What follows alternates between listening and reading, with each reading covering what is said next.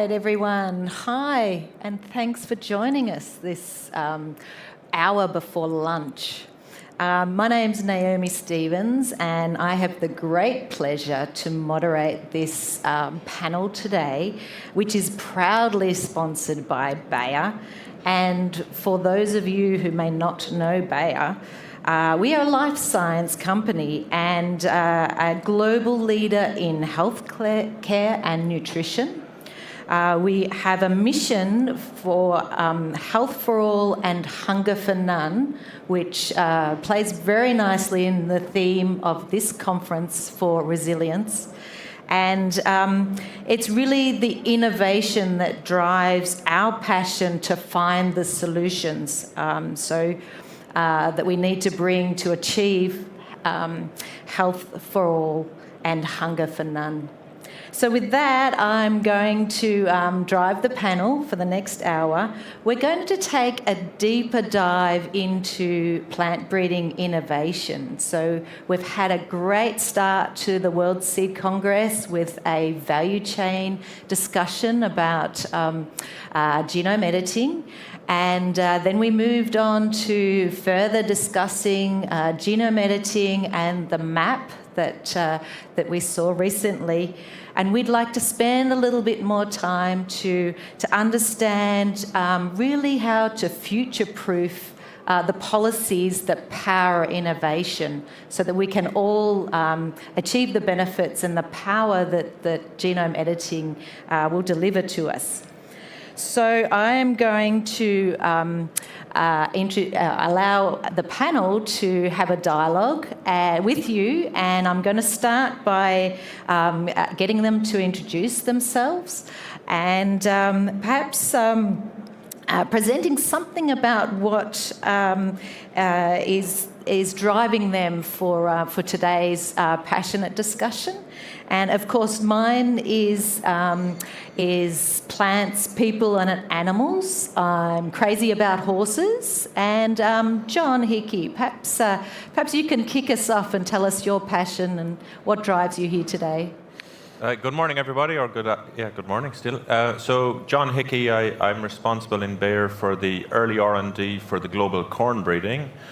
And, why I'm here, why I do my job, humanity's greatest challenge is doubling food production by 2050 without destroying the planet. And agriculture is central to that, and innovation is central to that, and that's why I'm here today, and that's why I do my job. Awesome. Thank you, John. Ellen Sparry, tell us about something that drives you. Great. Good morning, everyone.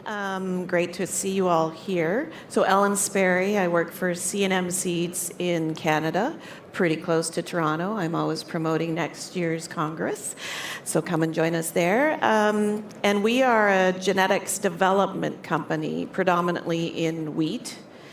And I think what drives me, similar to Naomi, I like to watch things grow, so people and plants. Awesome. Okay, Lisa Lotberto. Well, good morning, everyone. It's really great to see a full room here today. I'm Lisa Lotberto. I'm with Bayer Crop Science, and I'm in the regulatory policy space. So I've been in regulatory for about 13 years now, so I think that's definitely a passion that I have. And one of the things I've learned over those 13 years is that things in the regulatory space, they evolve very slowly. But since the 3 years that I've been in reg policy for genome editing, plant breeding innovations, things have evolved really, really fast, almost with the speed of light in regulatory terms, I would say. So I'm very excited to see that continued progress. And I think my role on the panel here today is to kind of provide some regulatory color and kind of hoping or looking into the future and excited about what that's going to bring. And Krista. Thanks. I'm Krista Thomas. I'm the Managing Director of the International Grain Trade Coalition. The IGTC is headquartered in Geneva. We're an industry association that brings together grain associations from around the world. We have members from 6 continents. And we work on issues that are common to all of our members. And I think what drives me, I was thinking about this question. When I was a student in university, I worked on a research research project to develop disease-resistant genetically modified tomatoes. This was in the late 90s, and that product never was able to be commercialized. So I think throughout my career, I've enjoyed working on policy questions about some of the barriers to innovation, the barriers to bringing products with benefits for farmers and the environment to the finish line, which can be public perception, misinformation, or trade risks.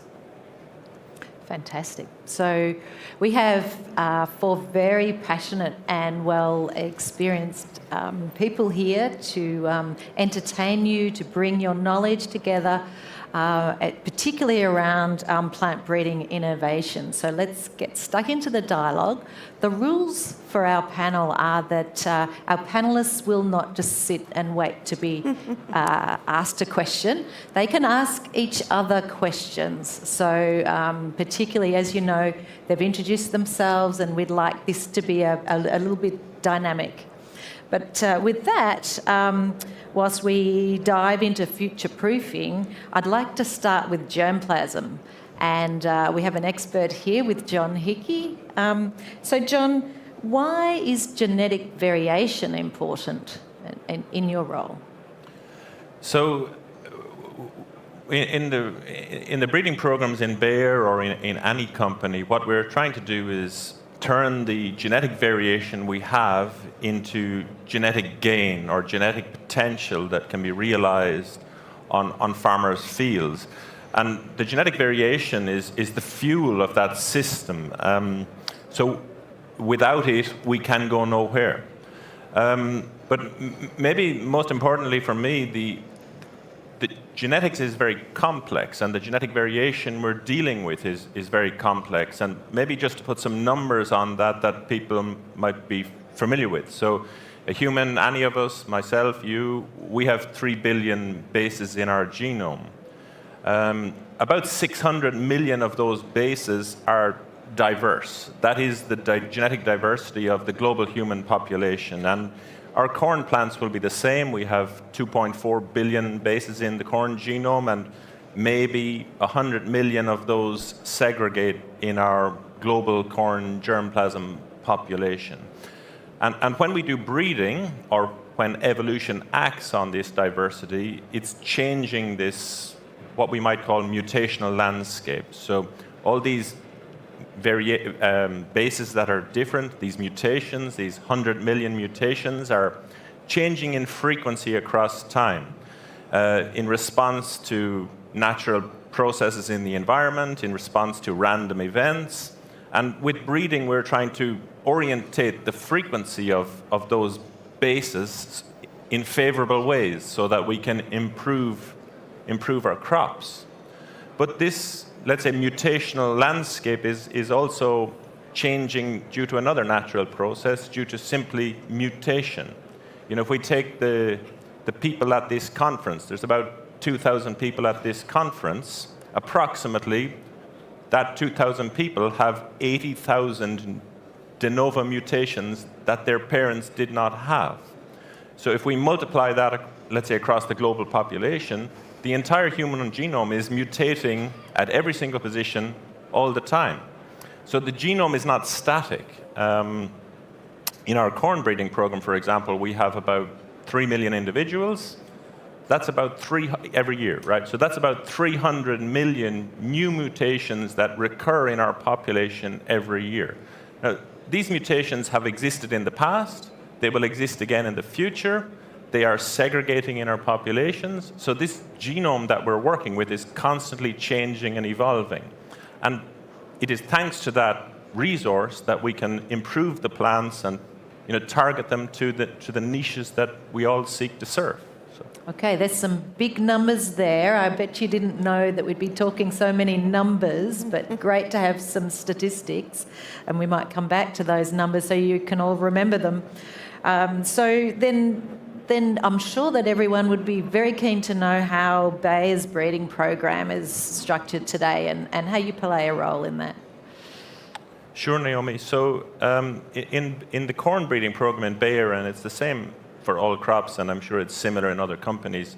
In our case, in corn, we have 80 breeding pipelines that serve all of the regions in the world, right? So these 80 breeding pipelines are trying to enrich the germplasm that we have for these mutations that are existing and being created in our population. And each of those mutations have impacts on 70 different characteristics of corn that we actively seek to change, right? So yield would be one of these characteristics, but also many characteristics for different aspects of plant health, agronomics, environmental sustainability, other aspects, right? And we have this recurrent selection process where we measure the performance of individuals either in the field or by directly measuring their genomes, identify who are the best ones, and then select those to be the parents of the next generation. And through that process, we enrich the germplasm for these favorable mutations, and we take the population in a direction that we want to go. We take great care to do that sustainably so that we can have long-term genetic gain. Maybe two big things that have happened in the last 10 years in plant breeding, and especially in Bayer, is we've really put the ability to read the genome at the center of what we do. We call this genomic selection in the field, but when you boil it down, it's for the first time in the history of plant breeding, we're actually able to directly measure this genome. That's always what we've wanted to do. We've never been able to do it. We've done it historically by a proxy, measuring the phenotype, but we don't sell phenotypes, we sell genomes. Farmers buy genomes when they buy a seed, right? So now with this genomic technology, we're able to read that genome and then select directly on the composition of that genome. So that has allowed us really speed up the innovation process in the early part of the pipeline. We can be much faster, much more efficient in that early part of the pipeline, but we've also maintained the ability to take many years to field evaluate and phenotypically assess the outcomes of those early R&D efforts to make sure that they, are fit for purpose, safe, meet the requirements of farmers and of society. So we've, if you like, maintained the strengths of traditional plant breeding and the strengths of what has been done for 10,000 years and added this new possibility up front. So that's the main aspect that is changing in the Bayer breeding program in the last 5 or 10 years. Fantastic. So before we get on to genome editing, I wonder, Alan, would you like to comment from a Canadian wheat breeding company or wheat seed supplier? How does that compare for you? Corn's quite a different crop to wheat. It is a different crop, absolutely. But I think the overall goals are very similar. So again, we aren't a breeding company. I come here to meet with breeding companies, invite them to send us their genetics to test in our environment. So it's a smaller scope perhaps than a company like Bayer, but definitely we're looking for those advancements to test them in our fields for diseases, climate change. We get our leaf rust, stripe rust blowing up, let's say from the US, so we need to make sure we're prepared with new genetics and yield enhancements, drought tolerance, etc. So different, not as involved at the end that John is on the breeding process, but definitely looking for the outcomes and technology to move that forward. Fantastic. Krista, I'm going to surprise you with a question from what you've heard about corn and wheat. How does that impact your day-to-day business in dealing with the grain trade activities? Oh, that's a really good question. And obviously, innovation in these crops, it's critically important for us all globally. We're facing numerous challenges, climate change. We need to be able to bring improvements to crops to meet these objectives.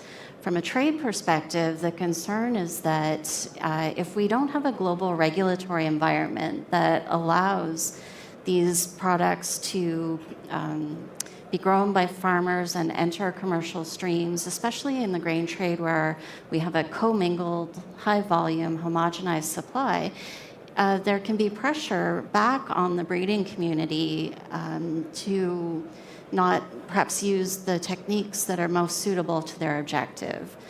And that's an unfortunate outcome for everyone when that happens. Okay, and John, do you feel that pressure at all that Krista describes at the market end? How does it reach you in dealing with germplasm pipelines? So the way we try to, collapse complexity, right? So that's kind of the goal of what we need to do, because, as I said earlier, there's billions of genetic permutations. There's many different traits. Ellen mentioned some. There's many different commercial aspects that Krista mentioned. And we try to we have to reduce that complexity to something that is manageable and actionable. And what we seek to do is essentially take all of the features of a crop, in my case, corn. We have the 70 different characteristics that we're seeking to improve around the world, and quantify their individual impact on farmer profitability or whole stakeholder system profitability, and then apply selection pressure on all of these mutations that I talked about, proportionate to the value that a change in any one of them would have. So that's how we deal with maybe the aspects that you both mentioned, try to weigh up what is the total value of every individual aspect and then apply a proportionate response.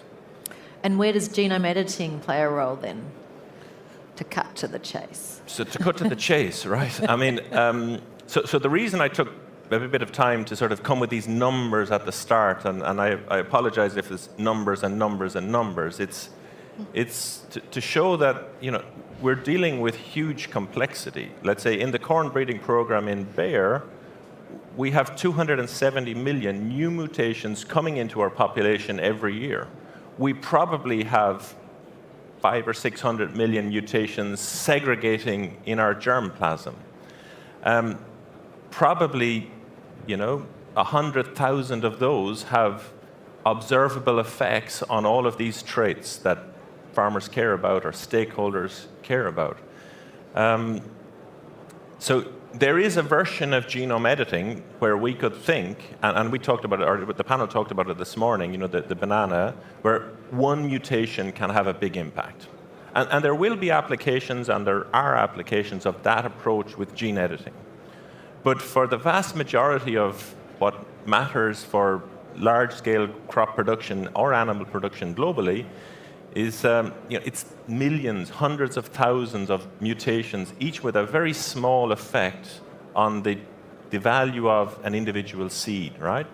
And gene editing, for it to work in that kind of a paradigm, let's say, is very difficult to make it work, because you're talking about almost imperceptibly small effects by using editing to mutate a piece of the DNA or to increase the frequency of one allele. So what the challenge for us with the technology in the next years, I think, is really to make it work at a large scale across large portions of the genome. We won't be able to deal with the problems that I think we need to deal with if we can only edit one base or one mutation or change one piece of the genome. We need to be able to change hundreds, maybe thousands of the genome cumulatively over a decade, let's say. So that's the opportunity of the technology and the challenge of the technology, I would say. So, fantastic. Yeah. So then I think that leads us very nicely into the regulatory policy framework. And Lieselot, that's your passion, as you introduced yourself. Tell us why then, related to that scale requirement that John has explained, why do we need a future-proof policy? What does that entail? No, it's a good question, Naomi, and I think, to be honest, we can probably discuss the response to that for the remainder of the day here and think through what elements of a future regulatory policy, future-proof policy, are important. But I think when I think about that question, to me, it's really key to have very clear criteria to make that determination of how a genome-edited plant should be regulated. Should it be regulated as a GMO or as a conventionally bred plant? And I think, sort of linking it back to what John and Alan were also saying, is that we're really using or hoping to be able to use genome editing as a breeding tool, right? To create that genetic variation, to create all those mutations at large scale that John was talking about, because that's so important to be able to develop plants and varieties that have desired characteristics.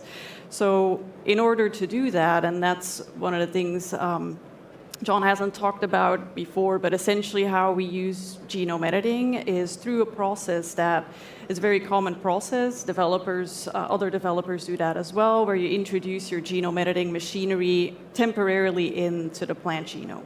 Right, so you have a temporary state where you have that machinery. We sometimes refer to it as foreign DNA as well. You have that temporary state, and you need that for the genome editing machinery to make those mutations that John was talking about. Once the editing process is completed, the editing machinery, the foreign DNA, is removed, right? So what you end up with is essentially an edited plant that has the same types of changes, same types of mutations as conventionally bred plants have. See many familiar faces in the audience. So for those of you who know me, I like to use an analogy to explain this maybe in a little bit better way. And for some strange reason, the analogies that I use kind of always seem to link back to the country where I'm from originally, which is Belgium. So let's say you're making a Belgian stew, right? And there's a lot of ingredients that go into a good Belgian stew. Key ingredient, obviously, is good Belgian beer.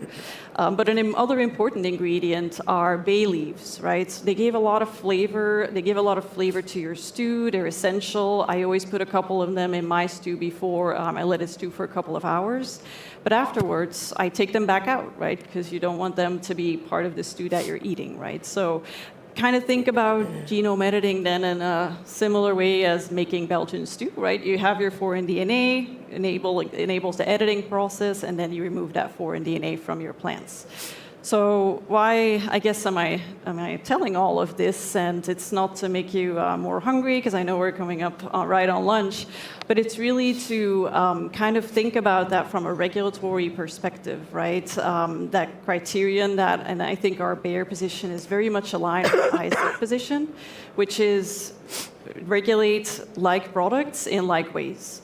Right? So when you think about that from a genome editing perspective, genome edited plant that does no longer contain that foreign DNA should be regulated as a conventionally bred plant and not as a GMO.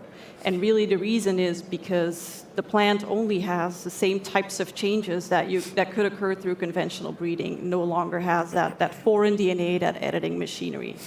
And I think to then your question, Naomi, that to me is truly future-proof, because that's a very clear criterion, presence or absence of foreign DNA, to make that determination how the plant should be regulated.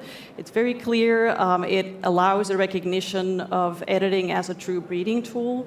I think it can be very easily implemented in all those countries around the world, so it can provide a very consistent, very harmonized approach.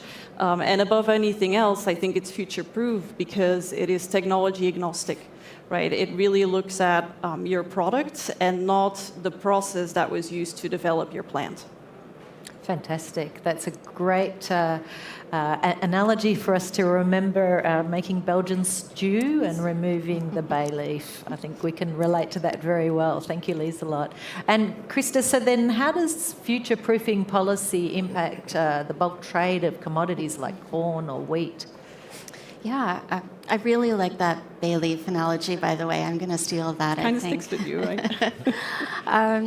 I often like to say that the grain trade operates on long time frames, but I realize I'm on the stage talking with plant breeders, so not plant breeding long term, but the grain trade does often enter into contracts before grain is harvested. Grain can remain in storage for a time before it is shipped to its end destination. So in that context, for future-proofing, we need a regulatory system that will continue to allow open, rules-based trade even as technology changes. So that means regulations that are science-based, risk commensurate, predictable and clear, and developed in consultation with the entire value chain so that we can share with governments what the impacts of their policies may be on food security and on the issues we've been talking about. Yeah, impacts of policies. Thank you, Krista. Ellen, do you have any view on future-proof policies, or perhaps even the lack of future-proofing might have an impact in certain countries? Yes, I've been wiggling in my seat as we've been talking. So again, from my perspective, we operate in Eastern Canada as a seed company, so we're selling directly to producers. Very excited in 2023 when Canada came through with their guidelines. Yeah. And within a year, we had, I think, field trials on a wheat variety in Lethbridge for drought tolerance, I think. And there's several projects underway, But when it comes to confidence, I guess, in moving forward with commercial production, we are an export country, not just Ontario, but across Canada. And even looking at canola, wheat are our big export products, I would say, and others. How do I have the confidence to move that forward in a commercial stream when I know potentially I can't export that, to Krista's point on export markets? So very exciting. Can't wait for that whole truly green map. But yeah, it does hold us back at this point from really moving forward commercially. Yeah, and you mentioned the green map. I know, Lieselot, you would like to see it much deeper green. Perhaps you could explain. Right, and I think, again, many of you heard me say before, or asked a question, how green is green on the map that was shown, I think, in the previous panel discussion. It's really encouraging to see more green countries on that map, but when I think about what that means, it essentially means that those countries have clarified their regulations for genome-edited plants. It doesn't mean that that regulation is future-proof, per se. Right? And we do see, which is really good, that a lot of the countries, especially in the Americas, are really looking at that sort of presence, absence of foreign DNA criterion. So any edited plant that does not contain foreign DNA for them is considered conventionally bred and regulated as such. But in many of those other countries that are also green, that have the same color, they use different criteria, right? They ask questions around how many edits do you have, what types of edits, or detailed questions around the process, the editing process that was used. So although they all have the same color, there's a lot of variation in the regulatory approaches in those countries as well. And then I think in sort of going into a layer deeper here, even those countries that do have that absence of foreign DNA criterion, you would think that as a developer, what you need to provide to those agencies is limited to demonstrating through a molecular assay of some sort that you don't have foreign DNA that was used to enable the editing process.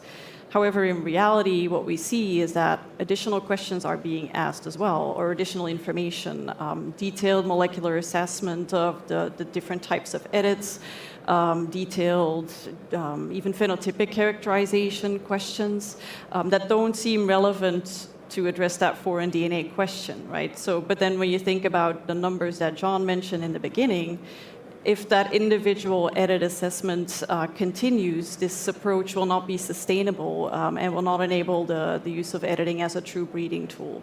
So I think lots of nuances, and I don't want to be a Debbie Downer here in this conversation, but just want to kind of give that perspective when you look at that map. Think about the nuances that are under the different colors that are there. Great. John, are you following all of this detail downstream? I know you're perhaps technology agnostic. Do you have a comment or a question for the... I do. I'd like to build on this. And so, if we look at the history of plant breeding, global movement of germplasm has created huge value for individuals and farmers and breeding organizations and stakeholders. And, some examples, let's say, North American germplasm has had huge impact, positive impact on lots of other parts of the world, especially Europe. Moving good corn germplasm from the US to Europe has been a real win. Moving pieces of genomes from Thailand to North America has had a huge positive impact on an important disease in the US in the last 20 years. So moving germplasm globally and being able to exploit the potential of germplasm globally is a good thing. And what this, let's say, paradigm shift that we've moved to with Bayer in the last 5 or so years, one of the things we've done is we've centralized all our temperate corn germplasm in one location. We've centralized all our tropical, subtropical corn germplasm in 2 locations. We would love to have all that germplasm in a single global location, right? So we can move pollen from any temperate corn plant to any other temperate corn plant instantaneously in our glasshouse in Marana. If anybody has not seen the glasshouse in Marana, it's a very impressive facility, 7.6 hectares, all roboticized, with all the temperate corn germplasm that Bayer manages present. And if you go to your map and think about your map, a map with borders essentially puts partitions in that glasshouse, which allows us not move that germplasm around the world. That makes the process complex and more expensive for Bayer, but it also the real impact is that it limits the ability for the entire world to benefit from, essentially public good resources that are available and could be used. So that as you were speaking, Liselott, that was what was coming to my mind. We would be essentially putting partitions that align with the map in these glass houses, and that would be a pity. Yeah, pity. Krista, does that create any challenges from a trade perspective as well? Petitions in the boats? Well, thinking about that fragmentation and that green map, it is really good to see the green shades growing. But as you've said, when we scratch below the surface, there are differences there. So when I say the word grain, I'm speaking broadly, including oilseeds, pulses, derived products. And there's no country that is fully self-sufficient in these products. Every country needs to import to a lesser or greater degree. So when we think about that fragmentation, for a grain, put yourselves in the shoes of a grain exporter needing to work with your buyers, your customers in 100 different countries. And you need to work with those customers to make sure that their domestic regulations are being met. For the grain industry that operates on a very, very large scale with a high degree of commingling, unique requirements in that environment add enormous complexity to the system. When we add complexity to the system, we add cost all along the value chain that ultimately ends with consumers. So this is true whether we're talking about genome editing or not, but the importance of global alignment and trading partners working together to make sure these commodities can cross borders is very important. Absolutely. And I guess what we'd like to be able to do is get to advocating for the right future-proof, whether it's in the trade area or in breeding and certainly in the ISF work we do with plant breeding innovation. Liselott, you're leading the project team in ISF to future-proof our policy areas. What can you tell us about how that's progressing and where do we need that to head to? No, it's a good question. It's a project group that we started, I think it was beginning of the year. So we've been having quite a few meetings, really digging into this question of how green is green. I think one of the elements that we very clearly aligned on is that absence of foreign DNA criterion. And then next for us will be to think about how do we develop maybe additional versions of the map, right, that can maybe show some of those additional nuances that can be important for different stakeholders in this room, and Krista, perhaps for you as well, that show, again, the complexity, that additional shading of green, and then really also think about how can we translate this message now, because we can use analogies, we can use different ways, infographics, but how do we translate this message that kind of goes into the regulatory weeds a little bit and acknowledging that not everybody is as passionate about regulatory as I am, which is very mind-boggling to me. But I think, how do we translate that message to a variety of audiences and really drive that narrative as an industry, which I think is going to be important for us to do. Yeah, fantastic. And yes. Yeah, I have a question, Lieselot. So, how do you as regulators evolve the thinking that underpins let's say the science that you're regulating? So if we take genetics and this particular aspect of genetics that I specialize in is quantitative genetics, and really there's been a huge learning over since the human genome has been sequenced, the last 25 years of quantitative genetics our understanding has really grown about how traits work, and this idea of the extent to which traits are complex.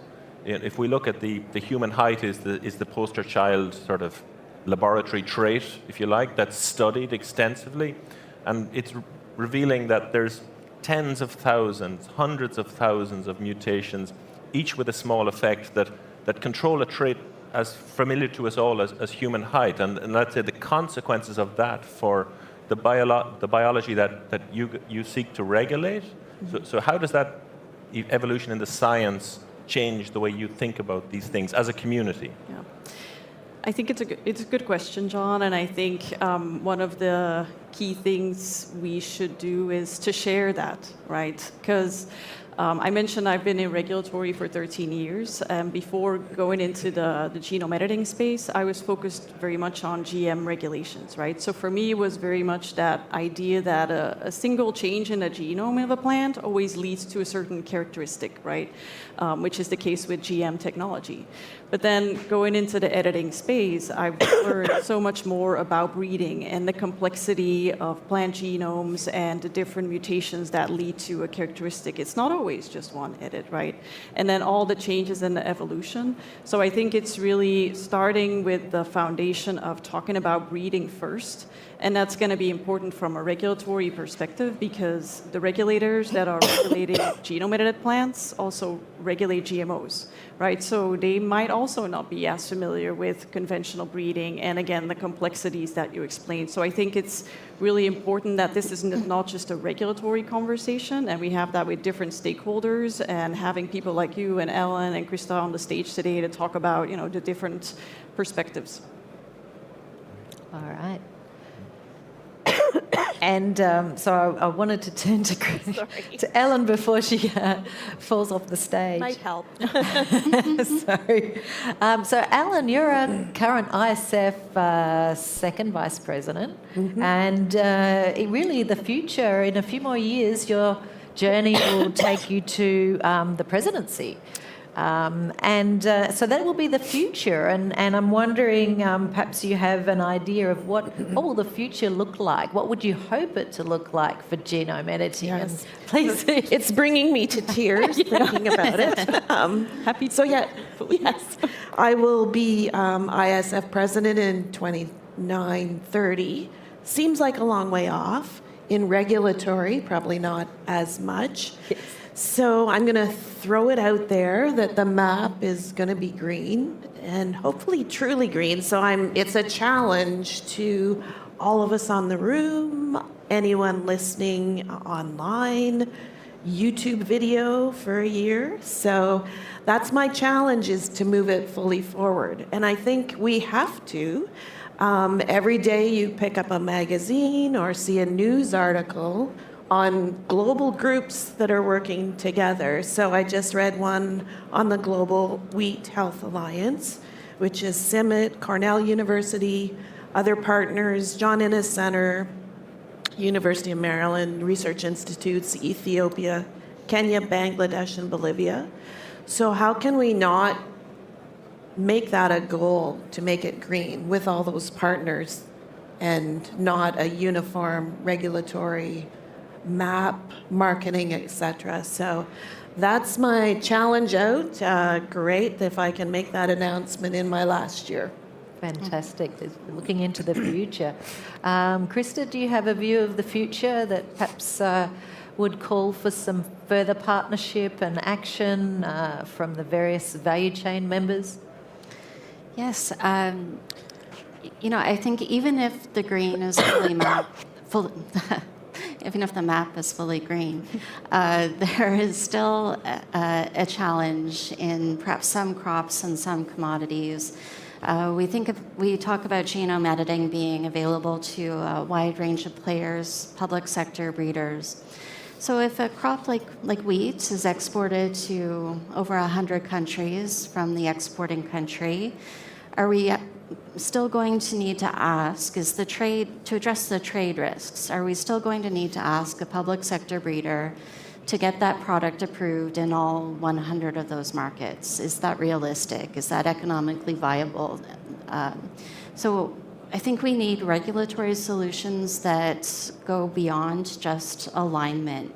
We need trading partners to work together for regional solutions so that what a green map means is freedom to trade. Mm-hmm. So if a crop has no foreign DNA, it's been determined not to be a GMO in one country, can that be recognized automatically by trading partners? That would be an ideal situation, and hopefully that's something that the entire value chain can cooperate to explain to governments and to advocate for. Fantastic. I think multilateralism, go for it, please. Upon that, because I think that would be really, wonderful, right? If all countries would have that sort of, aligned approach, and you wouldn't have to go through individual agencies, or there was that recognition of the regulatory status.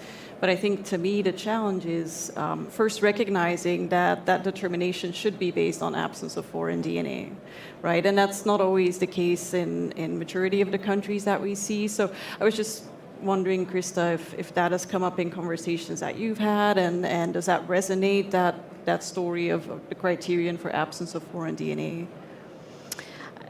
For the grain trade, I come back to global alignment, and if we could get agreement globally on that definition, I think that would be very helpful. Perhaps. This is just a thought, but I don't know if it might be easier to selfishly focus that conversation around products being imported for food, feed, or processing. Is that a stepping stone towards that alignment globally? Can we start with that piece, so that grain being imported as an important source of nutrition to drive livestock feed, biofuels, is not interrupted in order to support the benefit that these products offer countries? Could we look at aligning around grain for FFP as a starting point? Then you're dealing with just one regulatory agency within a country generally, because even we see sometimes there's even differences within a country between the food regulator and the environmental regulator. Yep. Yeah, which is about removing complexity, right? Keep it simple. Fantastic. John, do you have a call to action for achieving a world where we can make full use of genome editing and good germplasm? Yes. I don't work on gene editing every day, right? And it was really nice to spend the last few days with Lieselot and hearing the way that she's thinking about the way society needs to regulate this technology, and this idea that you're bringing, that it's a natural process, and its footprint leaves something that could arise and has arisen naturally, and that framing it like that allows us to use this technology at the scale that we need to use it to have real impact. Honestly, as a breeder, genome editing is dream technology, and it has huge upside for achieving the outcomes we want in the short and medium term, and I'm talking about medium term being 50 years, but also in the long term, because what we do as breeders is we change the frequency of alleles at particular positions in the genome. But today that leaves a footprint on the surrounding genome. we actually lose diversity in the regions of the genome that surround the alleles whose frequency we're trying to change. And we don't want to do that. We are losing diversity. What we can do with gene editing is we can simply take that exact mutation that we want to increase in the frequency and just increase it and leave the entire rest of the genome that surrounds it completely untouched, so that that genome can sit there as a resource that we can use to respond to future challenges, changes in disease, changes in agricultural production systems, future other opportunities 100 years from now, 200 years from now. So in some sense, gene editing it's a wonderful technology, and my call to action is, continue to pursue the strategy you're taking, because that will unleash its potential to do a lot of very good things for breeders, for farmers, and for society. Wow.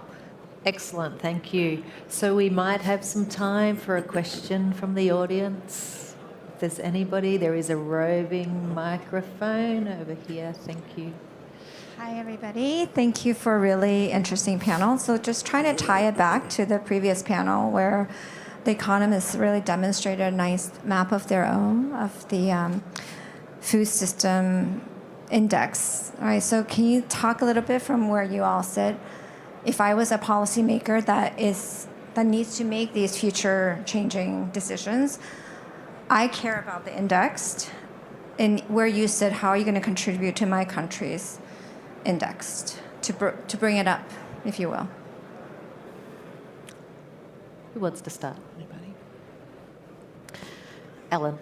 Yep, I'll try. I caught part of that presentation, but I think if I'm understanding the line of questioning of Ann Lee, it would be more how you would not benefit, I guess, if your country does not move forward with accepting the regulations of, no foreign DNA, then it should be considered conventional, is you would not potentially have access to the improved genetics, I guess, if thinking of it that way as how it can contribute to that index and bringing that country up is, disease resistance, climate change, higher yields, better nutrition, is you wouldn't have access to those varieties that can offer that to your population, to your growers and your consumers.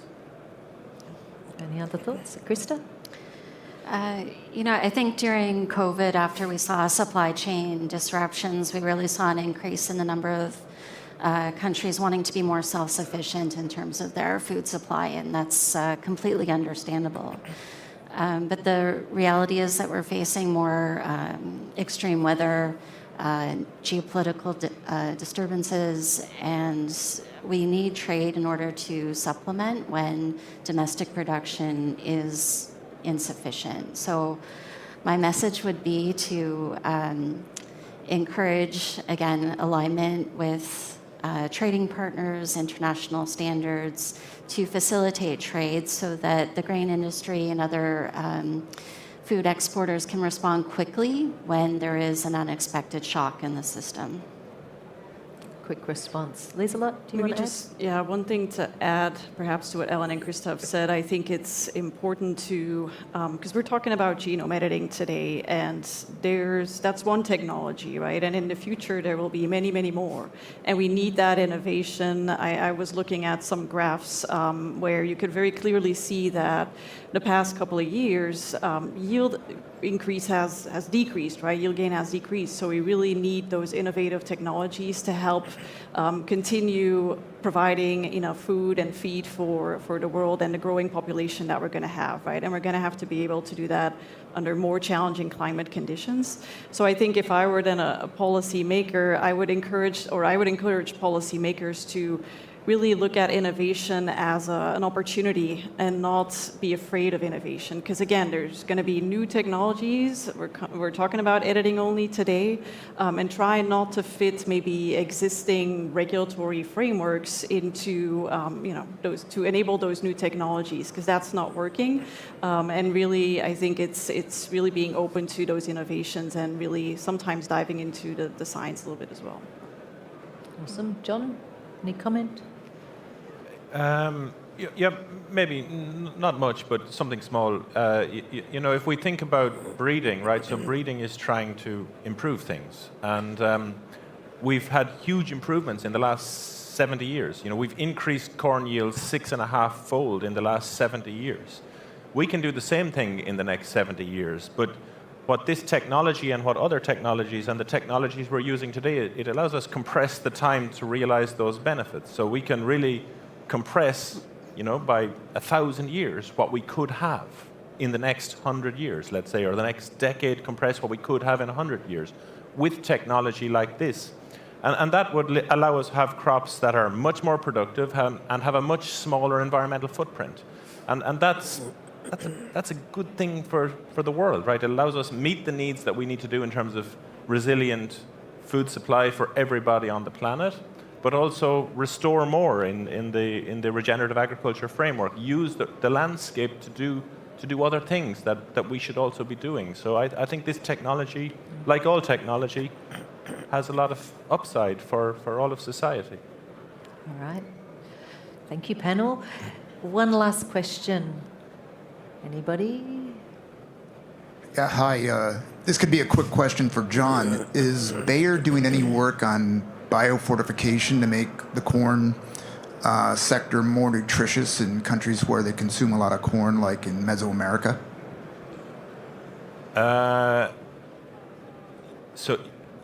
Yes and no, I would say, right? So there are parts of the breeding program that are oriented towards the human food chain directly, and then there are parts of the breeding program that are oriented towards the animal feed chain. So in the animal feed chain pieces of the breeding program, we don't breed directly for human nutritional benefits. In the other parts of the breeding program, particularly in sub-Saharan Africa, Southern Africa, and in Central America, we have specifically got elements in our breeding goal to improve the nutritional aspects of corn. I don't actually have at hand exactly what those elements are, but they would sit within that 70 characteristics that we improve globally across all of corn. Some of those characteristics would pertain exactly to those features in those geographies, right? Fantastic, thank you. John, you mentioned quite a number of numbers today. Perhaps you could remind us what some of those powerful numbers are in terms of the decisions that you're making at a micro level every day. What are some of the numbers that we need to remember and put into context? So for me, there's 2.3 billion bases in the genome. We're turning those over every decade, just inside Bayer. And Bayer is not the only player in the corn sector. So probably across all of the corn breeding companies in the world and corn breeding public sector organizations in the world, the genome is being mutated holistically many times every decade, right? So complexity is very large. The way we collapse that down into manageable things in Bayer is we have identified the 70 characteristics that drive socioeconomic value of corn production systems globally, and then we place selection pressure across the 2.7 million individuals that we sort of shepherd through our breeding program each year, proportionate to each of those 70 characteristics. And I actually did this recently. I used ChatGPT to do the maths. It's 7.6 billion micro decisions that we make as these germplasm, these 2.7 million individuals, progress through our pipeline across a decade, right? And then if you multiply that number by the 2.3 billion pieces of genome that we're also shepherding, there's a second dimension to this. I wasn't able to do that number. ChatGPT wasn't able to multiply 7.6 billion by 2.3 billion, but I'm sure somebody here is able to do that. So huge complexity being boiled down to the way we're managing our corn breeding program, and to connect it to the gene editing. We need regulatory framework that allows us use this gene editing at a large scale. And that's really what the challenge for Lieselot and all of us is to sort of create that framework that allows this technology impact these billions and billions and billions of micro decisions that we're making every year. Fantastic. Did you remember all those numbers? There'll be a test later. Thank you, John. Lieselot, would you like to add sort of perhaps a final sort of call to action? No, well, I think, going back to some of the numbers that John was repeating just now, I think it really shows to me that complexity of a breeding program, right? It's not just, crossing two plants and then we bring the variety or the hybrid to the market. It takes a decade, John, I think you said, right? And with genome editing will still take years to bring a final variety or hybrid to the market, right? So those field trials, all those processes we will still have to go through even we use genome editing, but it can make the process more efficient. So to your question, Naomi, I think call for action is for all of us to really remember all the numbers that John just said and really go and amplify them, right? And talk about these complexities and the need for that regulatory framework to be future-proof. Because if we're not all on the same page, if we're not all telling this story, then we'll always be stuck with this colorful map, I fear. And I think that's what we really need and why we really wanted to have this panel today as well. Brilliant. Thank you, Lieselot. Right. So I'm just going to try to sum up. We've been very deep into the detail and really happy that we've been able to talk plant breeding in this session. That's the foundation, and as you know, it's a vast foundation with many, many billions of decisions and processes that we need to simplify. But genome editing is clearly a breeding tool. It's a power tool. And we'd like to, use it to build the same sort of changes for genetic diversity that can be obtained through the natural process and conventional breeding. So, when we future-proof policies, we need to focus on regulating the outcome. So not the process, as we say. That is breeding, that is the millions of decisions that our plant breeders are making all the time. So being able to verify the absence of foreign DNA is the landing point for future-proof policies. And that's really going to allow us to get to the right endpoint for this very important technology and its contribution to feeding the world and ensuring we have no hunger in the world and seed resilience. So thank you very much. We're a little bit over time. I would just like to thank very much John and Alan and Lieselot and Krista for joining me on stage. Thank you to the audience for sticking to your seats and enjoying this discussion, deeper dive into plant breeding innovation. Thank you very much.